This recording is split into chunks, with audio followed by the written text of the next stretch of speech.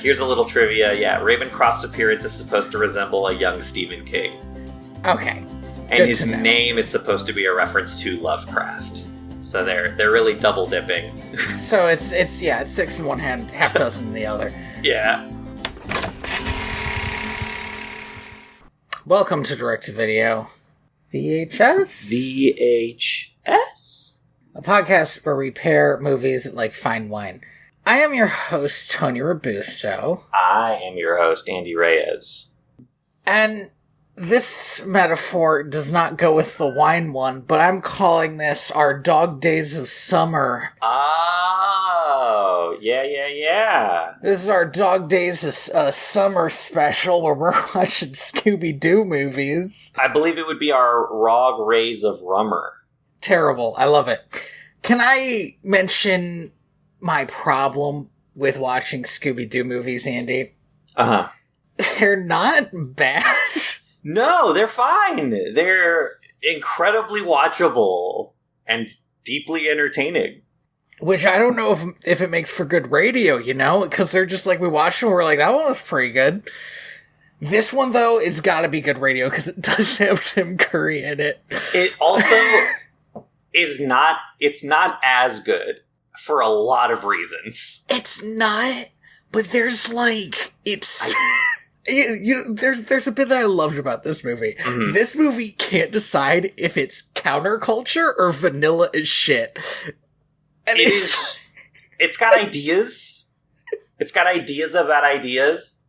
It for a bit really thinks it's counterculture, and then for a bit really thinks it's super not. I can tell you why that is. I got some production history for you. Okay. So, Scooby-Doo on Zombie Island, incredibly successful. Like, did gangbusters, did really well on the network, did really well in DVD sales, did so well, in fact, that when the team that created the movie was given the green light to do Scooby-Doo and the Witch's Ghost, a bunch of Warner Brothers execs stepped in. Okay. And were like, the last movie was too scary. So we're going to bring in a team of writers that we trust to write this next movie. Interesting. And so those writers were Rick Kopp and David Goodman. Have they done Scooby-Doo before? I don't think so. Huh.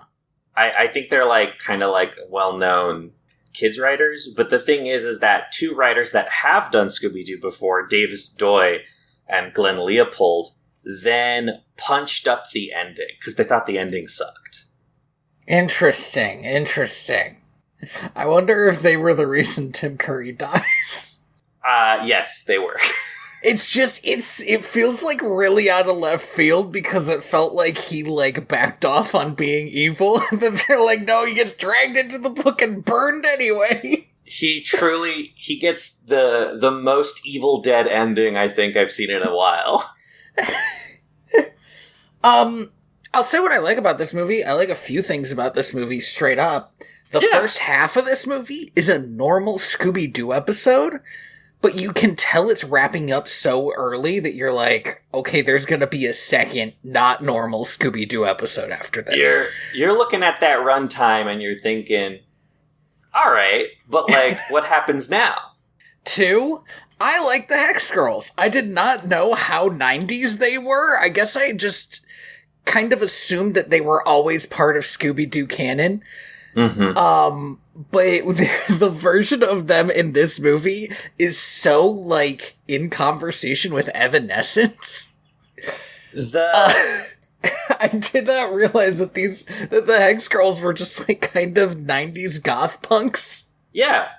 The Hex Girls really does feel like the most original idea. It feels kind of out of place in this movie in a way that feels so much like older Scooby-Doo stuff, where they would just have a famous celebrity. Right.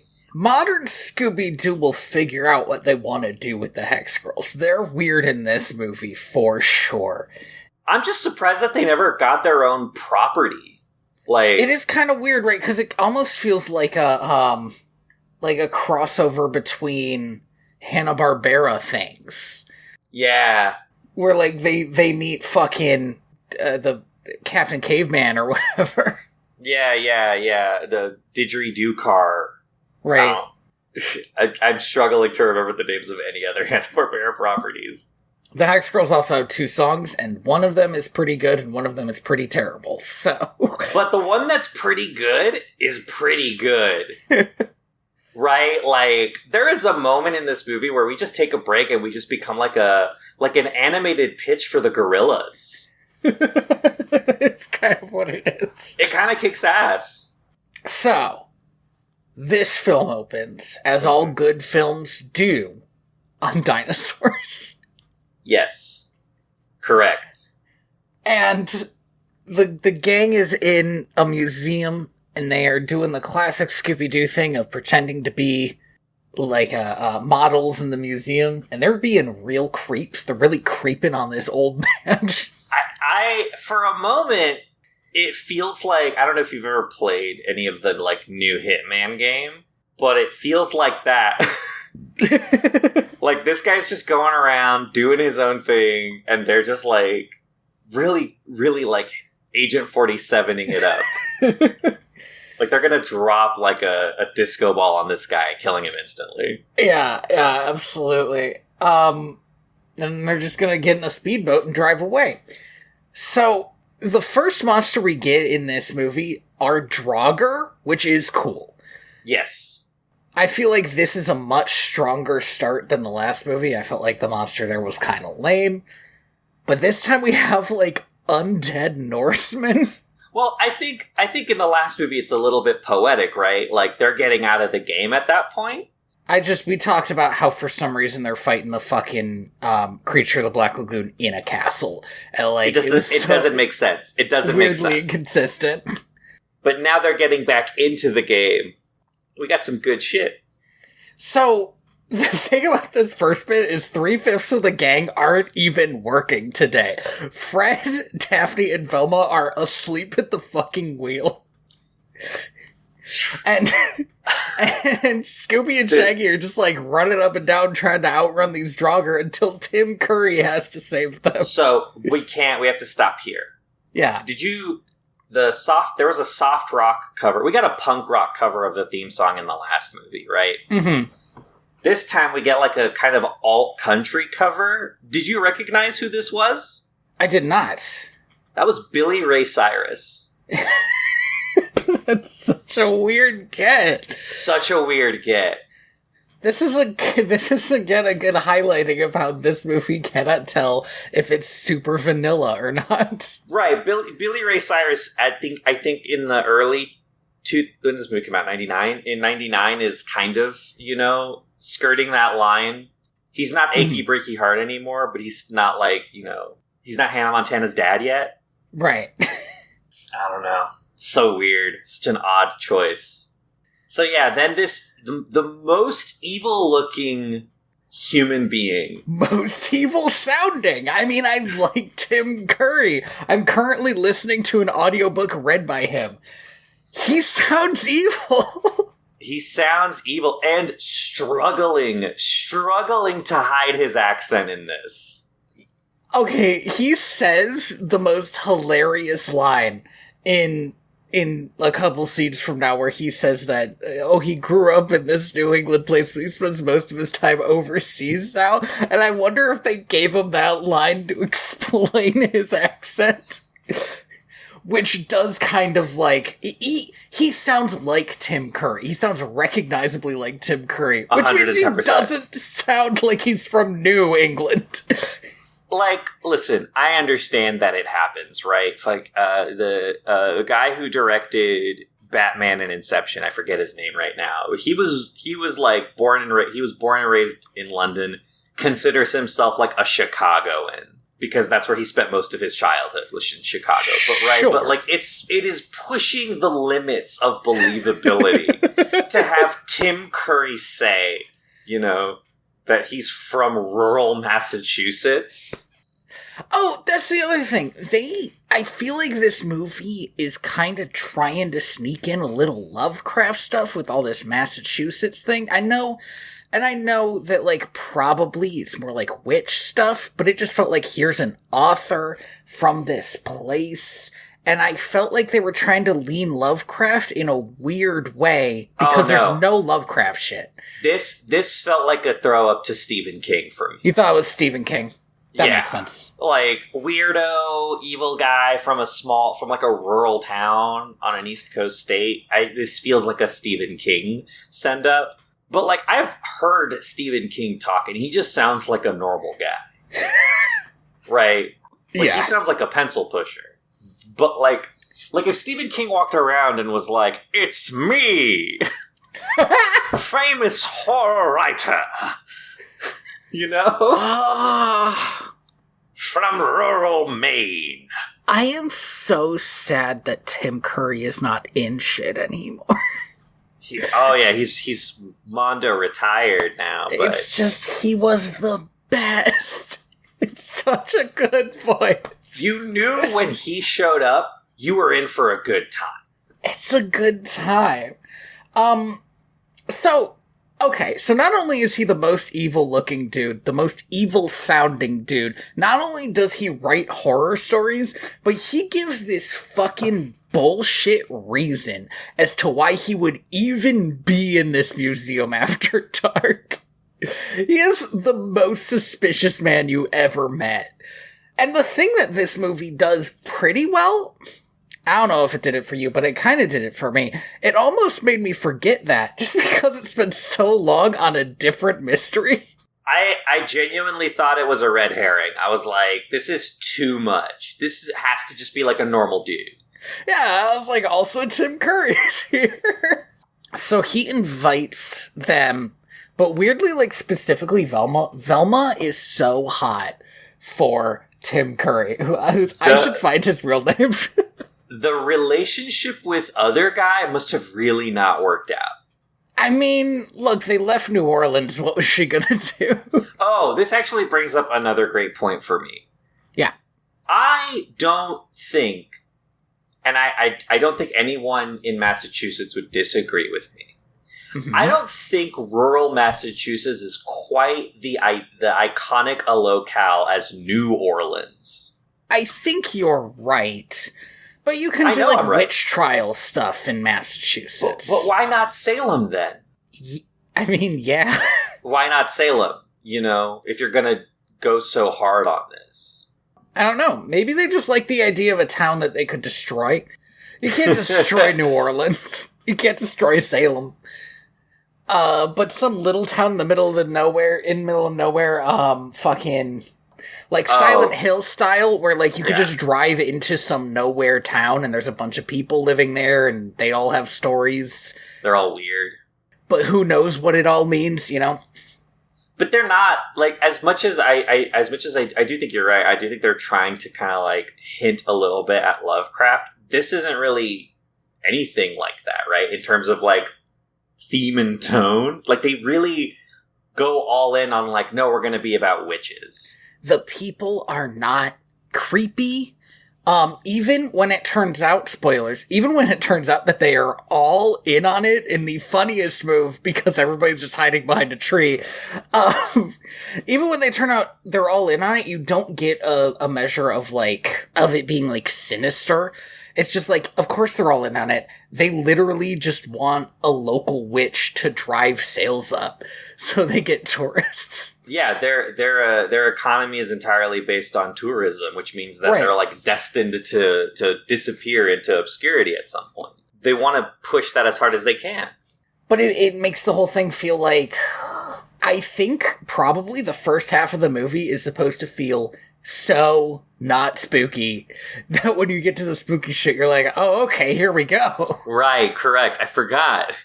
Which, again, I kind of like that technique. The last movie we watched was a lot of fun, but the whole time you were like, there is something fucked up about this house in New Orleans. Right, 110%. But the other thing, right, is that, like, this movie doesn't go anywhere near as hard as the last one. I would argue for the ending that goes... Okay, yes. weirdly unnecessarily hard, but there's never a bit where, like, there's never a transformation sequence, there's never a skeleton that grows skin, like, horrifyingly. Or loses skin horrifyingly. Loses the skin. It sure doesn't feel like they gave it to a crack Japanese team to be except for the Hex Girls music video. Where all of a sudden it feels so much like it was animated by a crack Japanese artist. Like, Shaggy and Scooby are afraid of the Hex Girls, and it was the moment that I was like the most disgusted by them, because I was like, these could not more obviously just be goths. Just regular goths. Just regular goths. There's a bit where he asks, "What about the fangs? What about the fucking fangs, Shaggy?" Some people have sharp teeth, dude.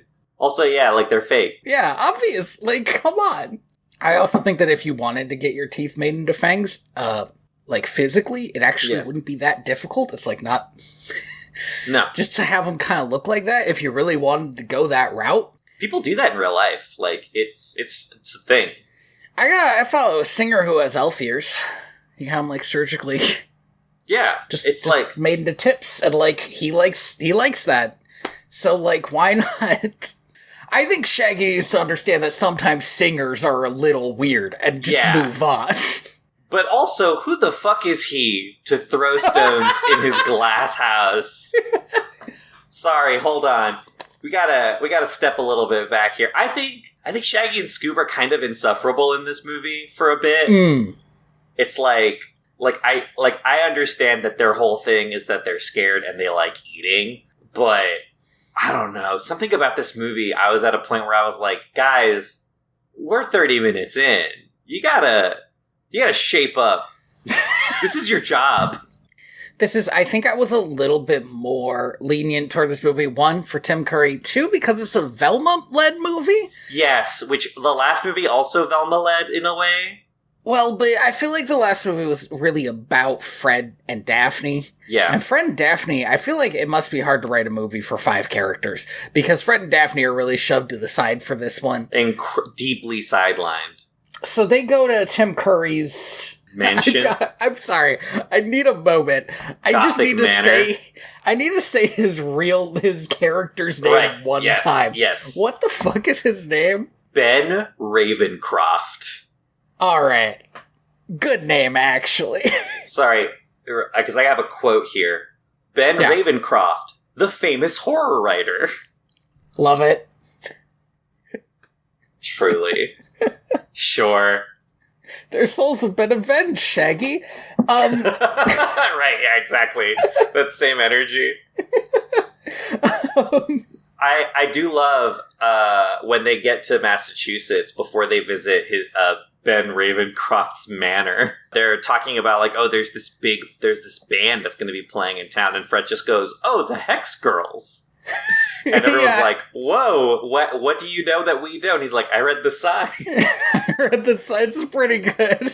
This is like Fred's big contribution to this, except a second later. They have this, like, Puritan town. Gross. Then they have this, like, historical Puritan town that they're setting up that Ravencroft did not know that the town was doing, and he doesn't like it. And it's all around how there used to be this witch that lived here. And Fred is like, let me guess, they dug up her grave. Fred thinks this is fucking hilarious.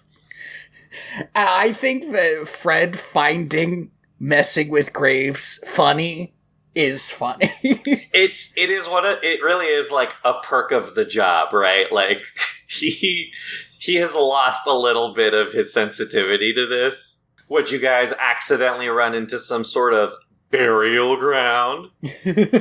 Yeah, dude, that does happen. You talked about finding Scooby-Doo and Shaggy insufferable. Scooby does an insufferable thing in this scene where he takes a butter churn and starts playing it like it's a guitar. An electric guitar. Yeah. And the whole time I was like, why isn't he eating the butter? That's a Scooby-Doo joke. Everybody's pointing and laughing in a way that feels really sinister. It really doesn't land, this joke. whatever it's this bad. is. Quotation marks around joke. At one point around here, Shaggy puts himself in a stockade and says, and I have a quote here, "Look, Scoob, I've been a bad boy," which is a bit much for me. They also find a buckle that I remember writing down. That buckle is going to be important. I was right. Because obviously. Yeah, like, come on. It's funny, again, the counterculture stuff in this movie. Velma, when they're talking to Ravencroft, very much is taking a pro-witch stance. Yes. She's like, oh, many of the people who were killed weren't actually witches. This woman was probably a Wiccan healer and was so good and was awesome, and Wiccans are different from witches and they're awesome and we love them. And, like, the rest of the gang will not internalize this information. It really feels like Velma's, like, talking to a bunch of sponges. Like, even Ravencroft has an amount of disinterest in this, which, to be fair, later we find out why, but, like, right. In the moment, it just kind of feels like, man, Velma, you need to get some friends. Like, these people are your coworkers. You should not watch Scooby-Doo hungry. If you are hungry, you should not put on an episode of Scooby-Doo. Truly. I'm still craving an apple pie. Scooby and Shaggy go to a diner and, like, it all looks pretty good. Not like Studio Ghibli good, but, like, pretty good. And I was watching this before lunch and I was like, damn, why aren't I at a diner?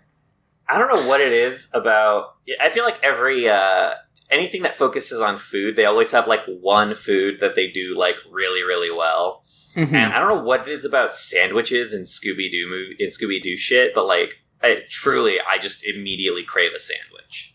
Just want to mess up a sandwich. Just destroy a sandwich. Yeah. These guys put this diner out of business for the day. I mean, here's the thing. Ravencroft explicitly says that he'll pay for it. Oh, man. All they're really doing is draining Stephen King's coffers. Him getting dragged to hell is probably a mercy at that point, right? Like, he doesn't have to declare bankruptcy. Like, at one point, the owner of the diner has to do a grocery run to restock his professional kitchen. And Scooby does a slow smile that is legitimately upsetting in this diner, and I hated it. I was like, why is Scooby the most evil thing in this movie? Again, it's a real tone problem. Yeah. So, do we see the ghost at all yet? I don't think so. I think probably Shaggy and Scooby see it first. Because everyone, and I mean everybody, like the town, the tourists, they're all hanging out in the Puritan town, hoping that they'll get to see the ghost that night. It's a no-show. All the tourists leave. They're like, we'll just go to the concert tomorrow. But then while Shaggy and Scoob are making their way from the diner to, I think, the Puritan town, they get chased down the street by the ghost. Now, is this before or after they run into the Hex Girls? Because I think it's just after. After. They get freaked out by seeing the Hex Girls in an alley, and it's like, these are 3 teenage girls. Y'all need to get with it. But they get freaked out again, and the Hex Girls, I realize, look very 90s. And, which is terrifying, sure. Yeah. Shaggy runs down the street and runs into a fucking real-ass flying ghost, and they don't like that either. So they get chased down. Velma notices that the ghost cut off the tops of the trees as it was flying by. Like maybe it was some kind of wire. And then they hear the Hex Girls performing. And this is when it just does become a music video for a little while. They just go and watch the Hex Girls. This is insane. Why do they have to practice on a full stage, like fully set up? That's not normally how this goes. First of all, their concert's tomorrow. They should be done practicing. Well, I can understand wanting to get one more in. It is they seem pretty offended that somebody is listening to them practice as though they are now not outside in the venue where they're going to be playing the show. at the time that they're going to be playing. If I were either local or a tourist, I might stop by the day before if I knew the Hex Girls might be practicing. 110%. I was one of those people. I still am one of those people who, like, if an event is being set up and there's no one around, I'm climbing a fence. I'm getting in there, just looking around. It's public property. Everybody is immediately suspicious of the Hex Girls. This is wild. Again. For as far as I can tell, no reason except for the fact that they're goths. They're goths, yeah. Velma is like, I know what I said earlier about persecuting witches, but these goth witches seem mighty persecutable to me. And this is, again, my problem where a second ago, this felt counterculture, and now it's very much like, these girls in my suburbia? Right, yeah. In my quaint Americana town? No, thank you. And so they send Fred and Daphne to trail the Hex Girls, and Shaggy and Scooby to trail the mayor, who I guess they also saw at this point. Yeah, because he's like snooping around. While Shaggy and Scoop trail the mayor, Ravencroft and Velma break into the mayor's shed. Right. Yes. How do you feel about the mayor? What, like romantically? No. No. I looked this up because I needed to know. The mayor sounds like such a specific guy. He has a voice that I would describe as iconic. Okay. He sounds fake. He sounds made up. In fact, he sounds so extreme that at first I was like, I think this mayor has a bad voice actor. But I looked it up and this is just what that guy sounds like. Wow. Like, this is a guy who like has like the most beyond parody New Englander accent. I did not have that issue with the mayor. It's possible it's just because I used to live further north and occasionally heard a New Englander accent. Yeah. And maybe you've just always lived so far southwest. It's like, when would you have even heard it? 110%. I'm probably just not used to it, but it struck me as like so extreme. Let's break these all down individually. So, Fred and Daphne follow Thorn and the rest of her teammates. Bandmates. Thorn is the main. She's going to be the one we give a shit about. The other two are kind of just her entourage, as far as this movie is concerned. They are her backup singers, both literally and figuratively. Thorn says a thing that sure sounds like she's trying to initiate sex. It truly... They have to go do their special ritual. And, like, it really sounds like she just struck out with her teammates real quick. Guys, come on, we're always going around and doing our special midnight ritual. Let's do our special midnight ritual. We need to let off some steam, you know? Oh, no, we're tired. We have a big day tomorrow. I think we should just get some rest. I'm just not in the mood tonight. She decides to do her special midnight ritual alone, which, again, just sounds like something you shouldn't be following a woman to watch her do. But they follow her, and she is like, they see her using a mortar and pestle, and they're immediately like, Thorn's a witch. She's a witch. She's a filthy witch. A filthy witch. Speaking of filth, Scooby and Shaggy are following the mayor. It's not a terrible scene, because he keeps turning around, and they do the cartoon thing where they're behind stuff. I genuinely love this. And he... At one point, they get ahead of him, and he walks past them, making out, and goes like, "Ah, young love." Unspeakable filth. Not pranked. Because they're both males, because one of them's a dog. Yeah, one of them is a dog, and is, in my opinion, is an animal before it's any gender. Although he can't speak, which does make it. I don't think that they were really making out. I don't think I think they were, like, actor making out, right? Like, cheek to cheek. I don't know. You had to hide that dog muzzle somewhere. I think you could. I think the framing is pretty clear that the hat was doing most of the work. That the fedora. I don't know if I would walk past somebody wearing a trench coat and a fedora and think, young love in 1999. I'd be like, that retired couple's getting it on. Sir, ma'am, you have a house and a pension. Yeah, that's what I'm saying. Like Scooby-Doo's wearing like a 40s like garden dress. So I think they're supposed to. I think they're dressed like the tourists in the Puritan town. Yeah. But the mayor is doing some like possibly weird stuff. The thing that I honestly couldn't figure out about the mayor until the big reveal is that if he is doing something suspicious, everybody seems to know about it because he visits so many people and takes stuff and delivers stuff.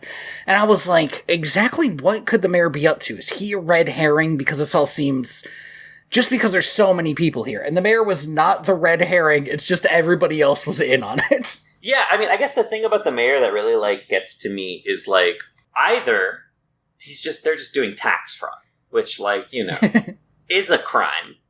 It's not the Scooby Gang's job to do tax fraud, though. Right, they deal with property crime specifically.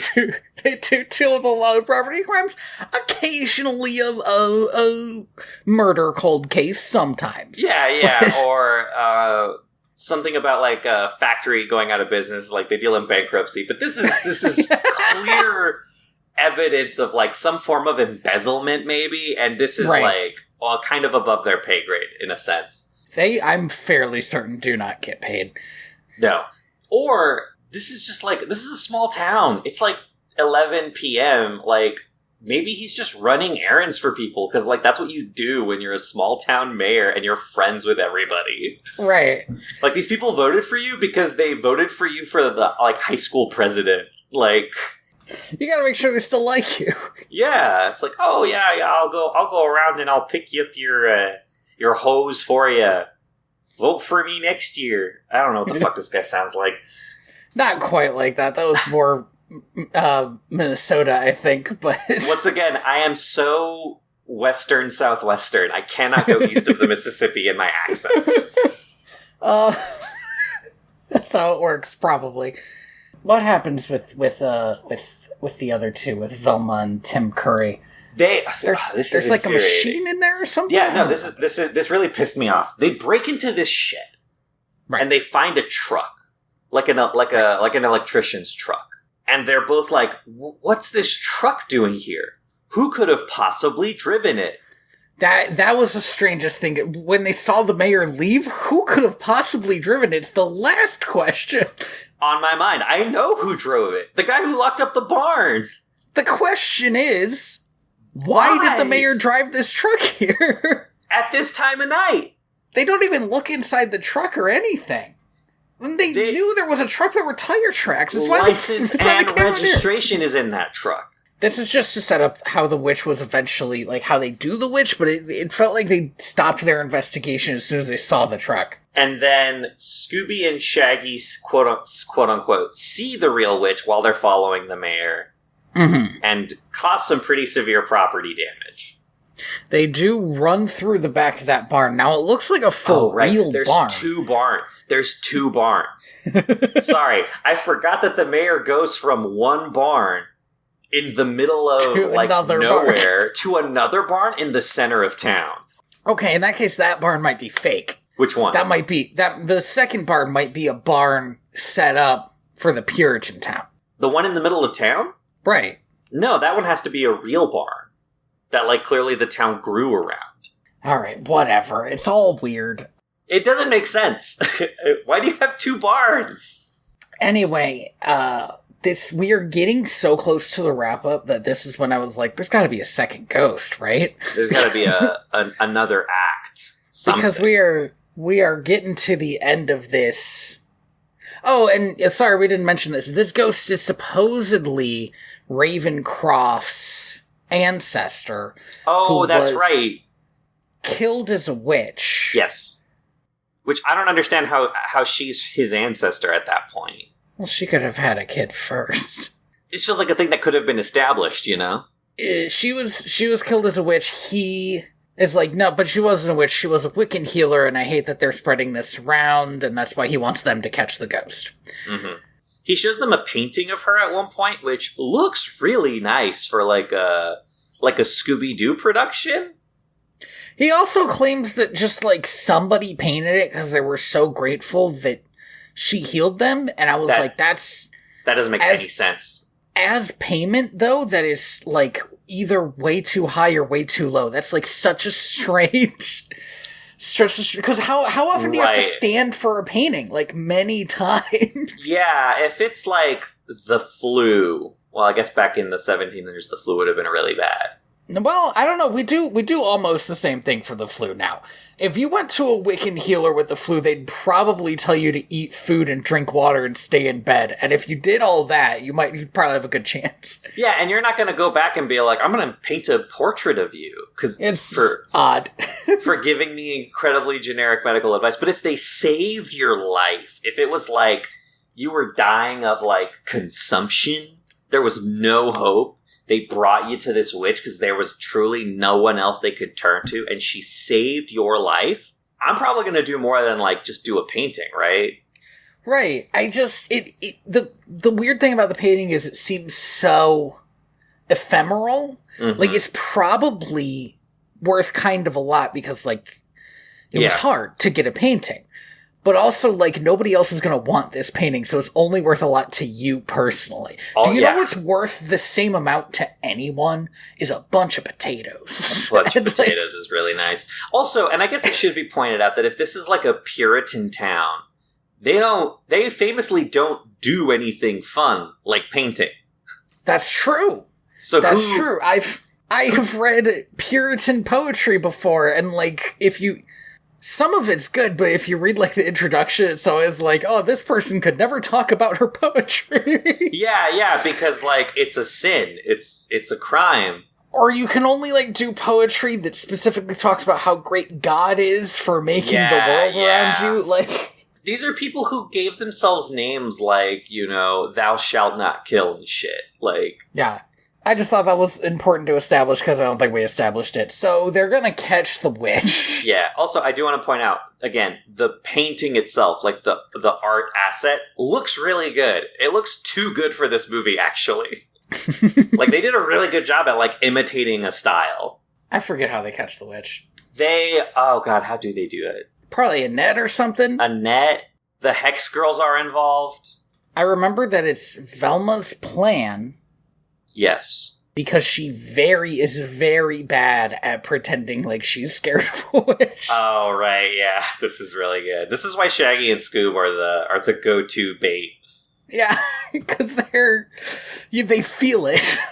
Yeah, whatever. They catch it in a net or something. I don't know. Yeah, I truly don't know. She, like, crashes into a bush. If she, like, crashes, they pull off the mask. I don't even remember who's in the mask. Is it the mayor? No, it's not the mayor. It's the pharmacist. Oh, it's the chef. No, the pharmacist. Okay. The guy, yeah, they call him the T-shirt guy. Yes. Okay. He's the one more with the build for it. So... Yeah, because he's, like, tall and lanky. He's got, you know, like, Doug Jones energy.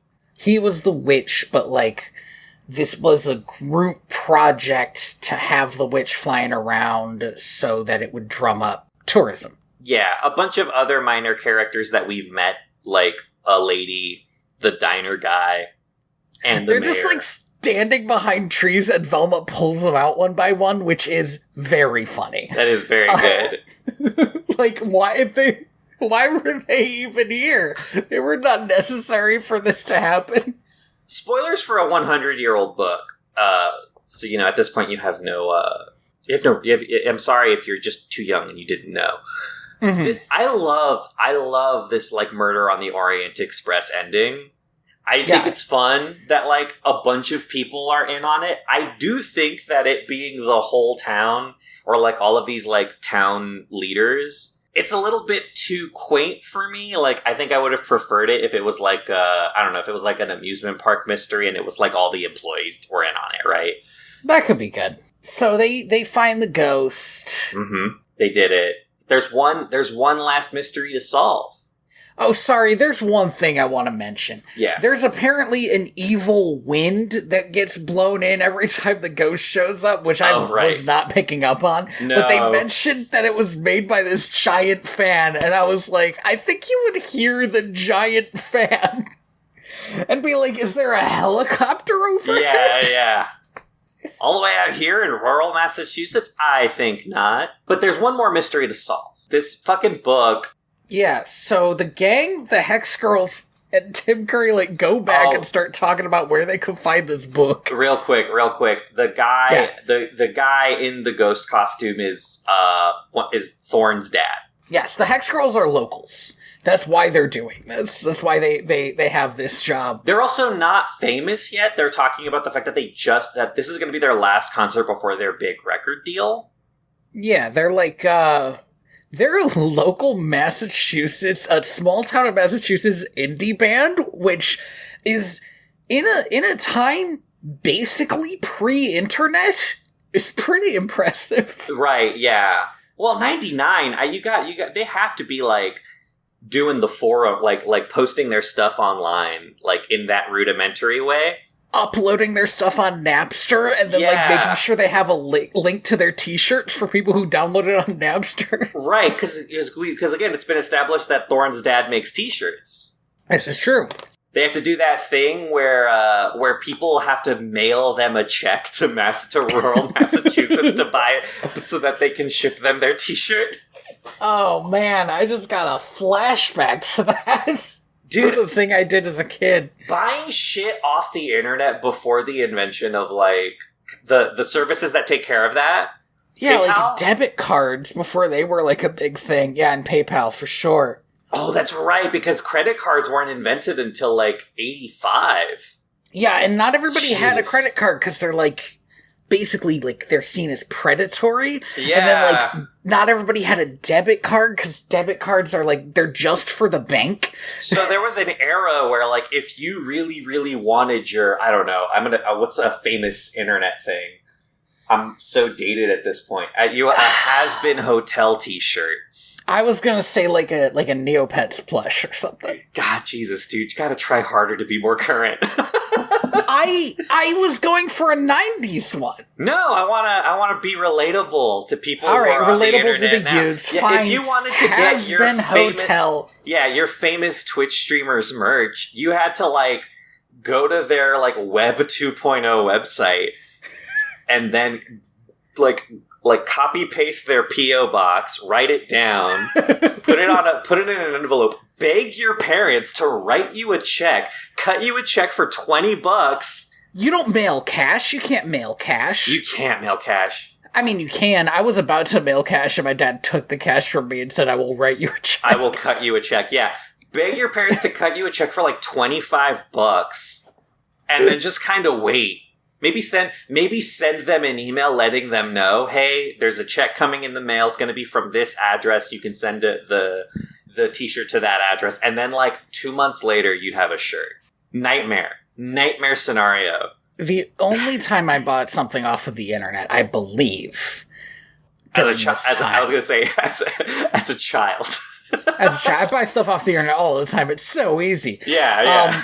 You'd be a fool not to. The only time I did this was for a free online video game that had a members thing for $10. Yeah. And this was at the time when if you played a free online video game, you might get booted off the server because so many other people were trying to play it and the server wasn't that big. Yeah, so getting that premier access. If you play on the members server, it is a different server and there's fewer members, so you'll never get booted off. Mm-hmm. And so I wanted that, and I wanted the cool special sword. I remember getting into an internal debate about how I was going to pay the one-time membership fee for Fallen London back in the day. I didn't realize Fallen London was that old. Fallen London's not that old. I think it's Fallen London's post MySpace. But I didn't have a checkbook or a credit card. So I had to, Jesus Christ, how old is Fallen London? 2009. Wow, that's a lot older than I thought. I didn't have a checkbook or a credit card in 2009, and so I'm sitting there like, how am I going to explain to my parents that I have to put their personal credit card information into a computer and that it's going to be fine? Fingers crossed it's going to be fine. Yeah, when downloading Shockwave is already a debate.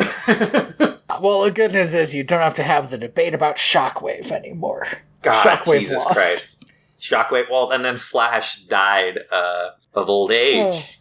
Tragic. Yeah. So anyway, they're the Hex Girls and Scooby and the gang go to famous horror writer Ben Ravenscroft's house at like midnight to finally figure out where this goddamn fucking book is. Right, so he's been wanting his ancestors' journal. He keeps talking about it. To clear her name. To clear her name, so he claims. And Velma's the one who figures out the extremely, extremely, extremely basic idea that the tree that she's standing in front of in the portrait has been cut down and is now a tree stump. Yeah, that it is in fact not the tree that looks nothing like it in the middle of town. Right. Here's the thing about trees. Is that when a tree is significantly old, it doesn't change much. There is, I think, famously, like, a portrait in Europe of, like, some fucking noble standing in front of a tree, and, like, that tree's still there 200 years later. Yeah, once a tree looks like how it's gonna look like. But also, like... Trees only grow up. Yeah, but they grow thicker, right?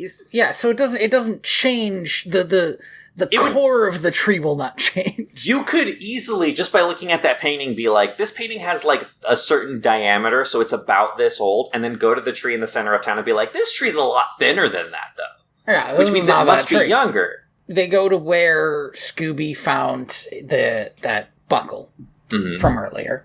Yeah. They find the tree, they dig under it. Mm-hmm.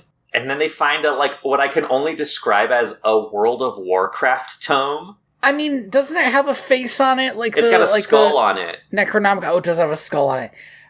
Velma says it looks kinda evil, which I love. It is, yeah. It's a pretty evil-looking book. And Tim Curry calls it a spell book. That's right. It's a spell book. His accent, his attempt at trying to like flatten his accent goes out the window at this point. Yeah, no, I mean he's evil now. He's full British. He is Tim Curry now. Yeah. He is no longer Ben Ravencroft. He's been possessed by the spirit of Tim Curry. It is the funniest. This twist is so hilarious because this guy's just like throwing magic around like, ha ha ha ha, I will be the greatest. And he makes it so he can see without his glasses, which is so hilarious. Oh, that's right. Like he's a villain in an anime. Particularly because both he and Velma lost their glasses earlier, and they're both like, I can't see without my glasses. And now he just, like, whips them off because his eyes are glowy now.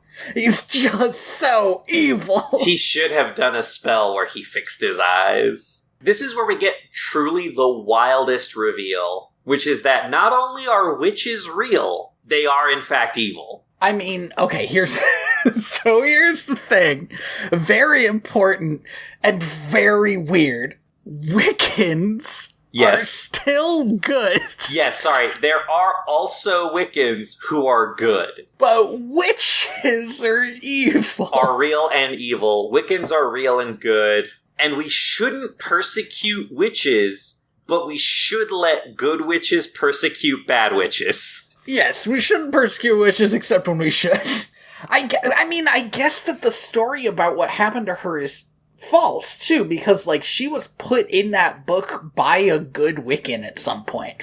We never learned that story. They say a team of good Wiccans.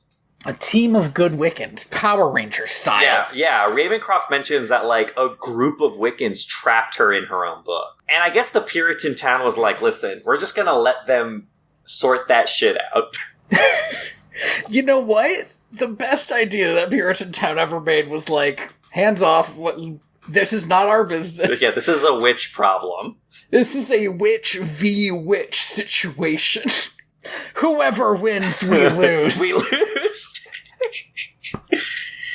Oh god, Alien vs. Predator is a trash movie. So, he summons his ancestor. He's like, I want us to rule together. And she's like, nah. No, I'm gonna destroy everything. And he's like, I don't want to destroy everything. I want to rule it. And she's like, I'm gonna put you in a bubble for safekeeping. I love this. This is so demeaning. Like, you have to go in timeout until the end of the movie. It's so funny, too, because he is immediately, like neutered. Like, he is not in this movie anymore. Mm-hmm. And partially for that reason, partially because he would not go as evil as she suggested, I assumed he was going to be spared. No, yeah. I thought that, like, afterwards they'd be like, well, I guess you're just a normal dude now, so, like, don't be evil again. I thought it'd be like, this was not what I thought it was. I should never have done this. I should never have tried this, and be like all contrite or something. I want to mention it again, though. He is going to die. Yeah, he does not. Well, I would say it's a fate worse than death. Okay, right? Does he die though? Because the book burns. No, I think that this is. I'm operating under mist logic here, which might be maybe mistaken on my part, but in my opinion, they're not physically in the book. The book is like a portal to a different like a prison dimension. A prison. They're in the Superman 2 prison dimension. Yeah, but breaking the door doesn't mean that the house disappears. They just can't leave again. They gotta bring this back. They gotta bring this back, right? Like, we've had so many Scooby-Doo movies since then, they have to have brought this back somehow. I would really enjoy that. So, this witch wants to destroy everything. Mm-hmm. And the gang is immediately like, well, we gotta get that book from her and trap her again. Mm-hmm. By the by. Yes. She kind of gave away how to trap her, because Ravencroft is like, well, if you're going to try to destroy everything, I'm not going to let you. So he tries to trap her in the book, and she laughs at him and says he's not a pure-hearted Wiccan. So they need a pure-hearted Wiccan. But where are they going to find one, Tony? I mean, she's literally like 15 feet away from them. Yeah. The whole time, the town leaders and the Hex Girls have been here for all of this. Oh, right, because the town leaders show up because they're like hat in hand, like, hey, Ben, we're so sorry that we implied that your great ancestor was some kind of evil witch and tried to use it to profit our town. We feel really bad. And the Hex Girls are there because they've just been hanging out. I would be fucking pissed if I went up to somebody and I was like, hey, I just want to apologize for implying that your ancestor was like some kind of evil ghost. And then they summoned them in front of me and were like, yep, that's right. Apology accepted. I would be pissed too, but it would maybe be like low on my feelings of emotion. Oh yeah, no, listen, there are other things going on, but I do believe the town leaders all spend this fight scene in the stocks too. Yes, he put them in the stocks at the beginning to like humiliate them, and then when the witch shows up, she just didn't bother killing them yet. Yeah, listen, you gotta destroy the world one mystery machine at a time. So the plan is, somebody needs to go get the book from the witch. Yeah. Give it to Thorn, who can read it and trap them. Yes. Because Thorn is 1/16th Wiccan on her mother's side, by the way. Wiccan is, like, not just an ideology. A hilarious thing to say, because that's not what that means. You can't be 1/16th Wiccan. It's not Judaism, like, which is I guess it is. That's what they seem to think it is. It's like a religion that's also like, I cannot think of the word for when you inherit a thing, but it's like a racial religion, basically. Yeah, that there is some form of like ethnic identity, as if Wiccanism, as it is today, wasn't a thing that was wholly made up in the 70s. Here's the thing that I don't feel like we have conveyed. Yeah. There is 30 human minutes before this movie ends. And this is all of it. It's like mostly fight scene.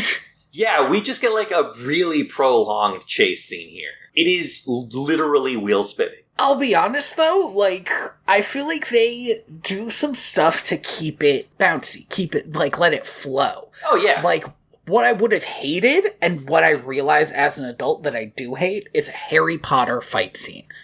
where, like, one person is shooting magic at another person. Fuck that. Oh my There's God. a little bit of that, but there is so much more turning pumpkins into evil pumpkins and turning a turkey into an evil turkey. They didn't turn the turkey evil. They just made the turkey big. Yeah, that's right. I mean, it sure ran out of steam. We get an evil tree at some point, which is the shit. Love evil trees. The evil tree catches, like, everybody, too. Nobody can fuck with this evil tree. It's a tree. What are you gonna do? Shaggy, for a while, drives around with the mystery machine with so few wheels. He is doing, like, John Wick style car kung fu. He's not even the normal driver for this car, possibly because he's, like, in their back pocket for if they need him. Because he's like driving this car to Witch and she blows out a tire and he's like spinning on the tire like, oh, I got this. And she blows out another tire. He is driving on one tire for a while until finally they're like, all right, that's the end of the mystery machine. And it is the end of the mystery machine, by the way. I feel like it should have gotten a bit more, I feel like I was more emotionally broken up than the movie at like, oh shit, is the mystery machine just destroyed now? I think it's probably hand-waved as fine. I don't even think they address it, really. Like, yeah, that's what, yeah. There's a lot of, I don't know if you ever watched, like, a football game. It's kind of like that. There's a lot of throwing the football back and forth, and then eventually we make the touchdown. So, I thought the throwing it back, like, throwing it, and, like, somebody catches whoever's throwing it as being thrown. I thought that was kind of lame. There's one good bit that comes from it, which is that Velma, the last person in the chain, misses the catch. And I was like, that's peak Velma. Truly, like, outside of her comfort zone for all of this fight scene. She spends a lot of this fight scene delegating. Yeah, no. She's got the plan. This is... Velma's the coach. She is not supposed to be on the field. Yeah. If Velma's on the field, like, something's gone wrong. Dude, I wish there was a world in which the coach of a professional sports team could be like, it's time. I gotta go out there. Because apparently that was a thing that happened. That was a thing that used to happen in the early 1900s sports all the time. Amazing. So Thorne reads a spell. Yeah. And it starts sucking the witch back into the book. She gets dragged to hell. She yells, I'm not going alone, and grabs Tim Curry, a man who is only marginally evil. I feel like I have to mention. Also, we should point out, famous horror writer famous horror Ben Ravencroft has been pulled into an evil book, which then catches fire, or they set it on fire. I don't remember which. I think it catches fire by happenstance, but I should point out that while he's getting dragged to hell, he's like clawing at the dirt like, somebody help me, and everyone else is like, nah, King, you good? You're alone on this one. And then Velma, a spurned lover Velma, says the line, I guess Ben Ravencroft's last book is one the world will never buy. Ice. Amazing. I expected the fucking CSI theme to start playing. And that's just it. I guess they wrap up with another song from the Hex Girls, which is genuinely so bad. It's not good. And it's so fun, because I was like, I liked the Hex Girls' music. I liked their first song. And the second song is so not good, and they do this thing where, like, all the gang is also on stage dancing, and the gang feels like they're animated by a different studio. Like, this is the most Hanna-Barbera-ass animation. Yeah. I think it's supposed to be a throwback, because I'm pretty sure all of their animations are, like, canned on purpose, but, like, it just looks bad. It just looks bad. It's just so bad and weird. It does. If the song was good, I might believe it. Like, yeah. It might work, but the song, I'm just listening to the song and watching this animation thinking, like, what is this what we're doing? And then the movie just ends. Scooby and Shaggy were played by the same guy again. Again, unspeakable filth. They were not played by the same guy. Weren't they? Who am I thinking of? Sorry. I'm sorry. You are correct that Scooby and Shaggy were played by the same guy, but this was the first time that had happened. Oh, okay. Yeah, well, in the last movie, he was played by Philip Fry. Oh, from Futurama. Philip J. Fry, sure. But Futurama had come out this year, so he was busy. They got the voice of Scooby-Doo, I believe, to, like, come in for this one. We're gonna get, like, a couple of turnovers for Shaggy's voice actor here. So, what'd you think of this movie, Andy? I thought it was alright. It's a fun time. I really do think that it's just, like, a fun watch. It's definitely, I don't think, as good or as a classic as Zombie Island, but I had fun. Mm-hmm. And it's always good to get a Tim Curry performance out of there. I think Tim Curry kind of sold the movie for me. Like, if he wasn't in here, I'm not sure I would like it nearly as much. 110%. It's a fun movie. It went down smooth. Yeah. It was so funny to have Tim Curry just, like, chatting with Velma. Like, oh, that's a good point, Velma. Like, okay, Tim Curry. Velma, how are we going to unlock this door? It's like... It's really good. It's just really good. It's really good.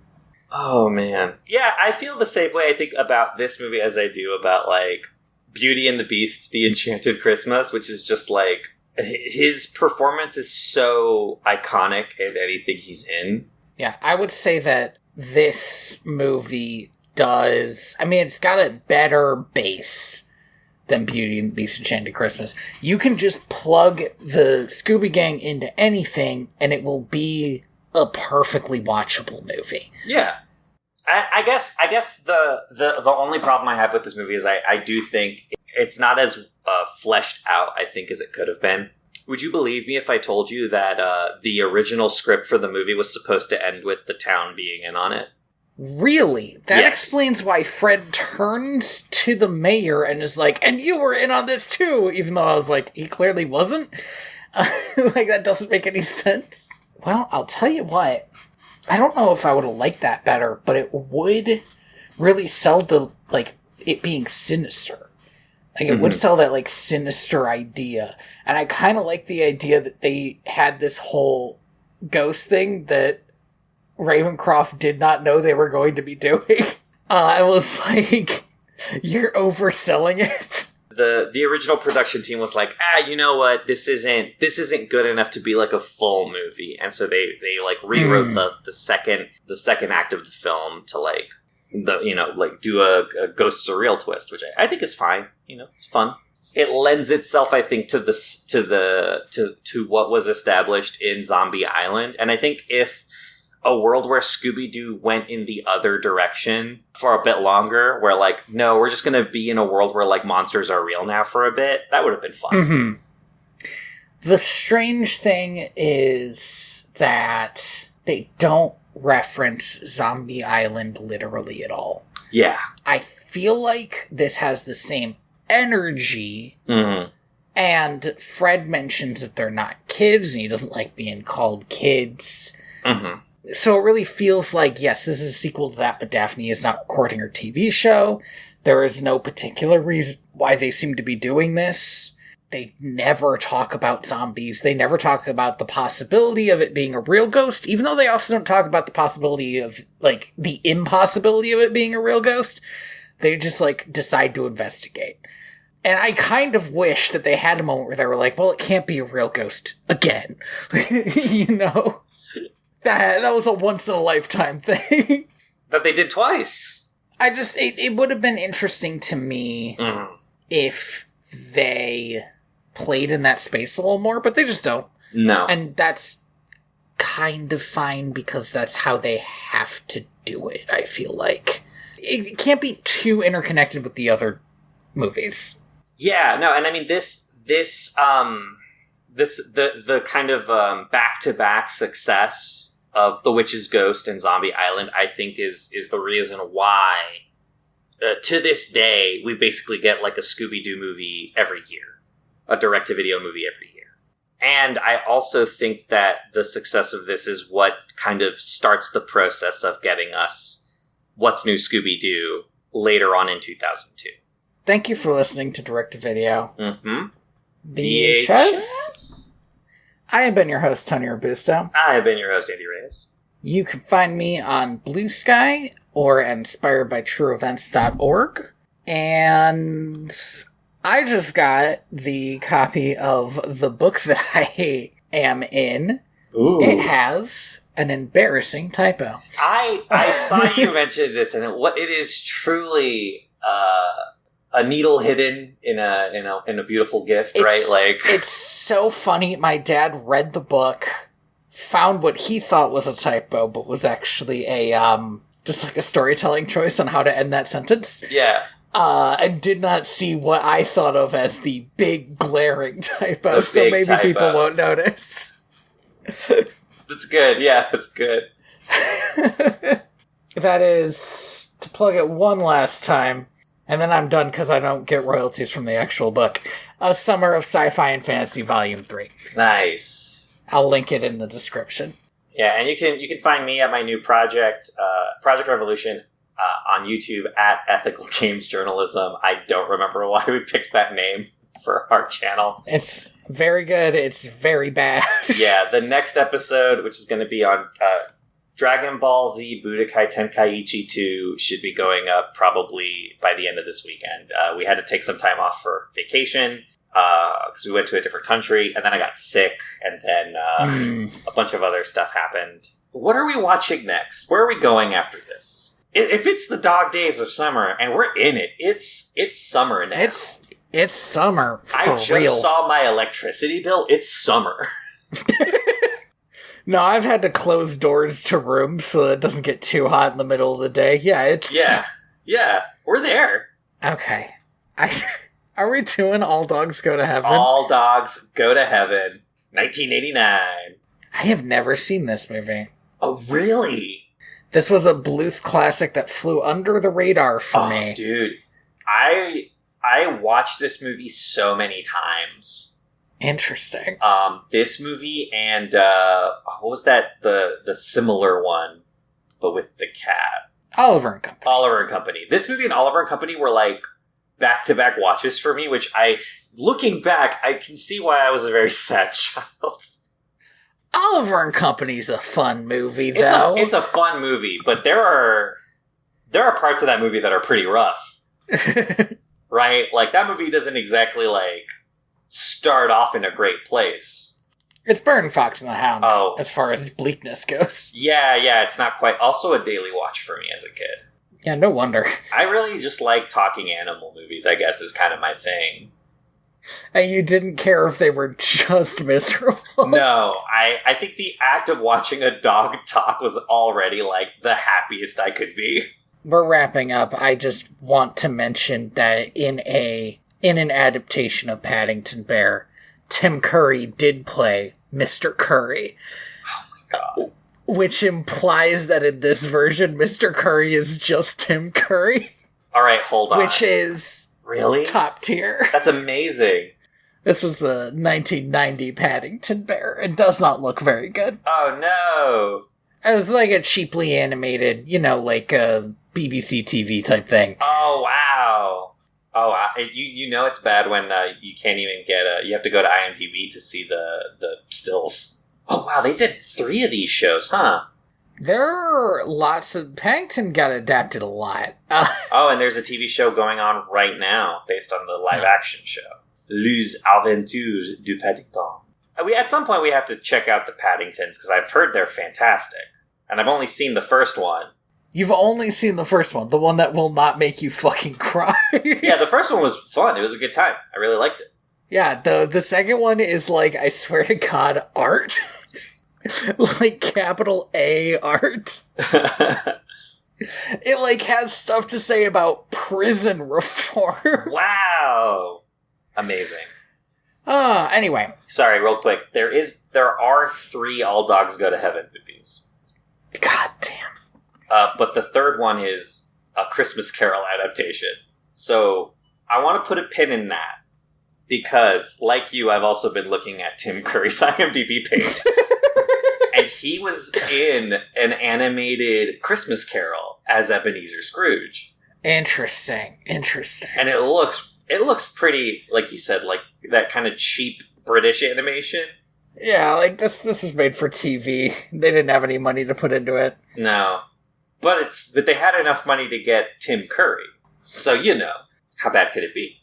We need to end this episode before we add more movies to the list of movies that we have to watch. No, and wait, no, hold on. Are you? What are you saying? You're saying that the show has to have like a definite conclusion?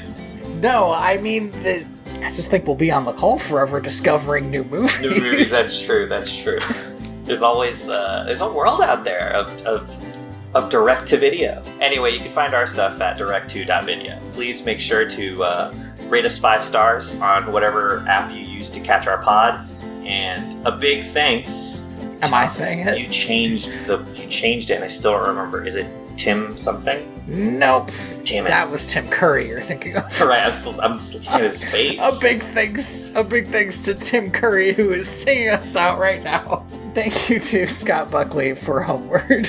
Scott Buckley, that's right. Which is our intro and outro. I am the ghost of John Smith. And I would have gotten away with it too if it weren't for that meddling Tim Curry.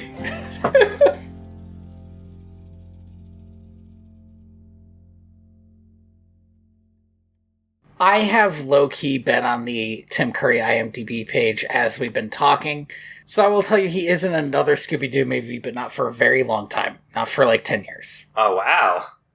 Yeah, and I have discovered an FMV Frankenstein game where he plays Dr. Frankenstein. You didn't know about this? I never knew about Frankenstein through the eyes of the monster. This looks amazing. Oh, no. God, here, let me send you an LP of it. I knew about his... I know about that other FMV game. What's it called? Where it's like the Cold War one. Oh, Command and Conquer Red Alert. Yes. Where he goes to space. Yes.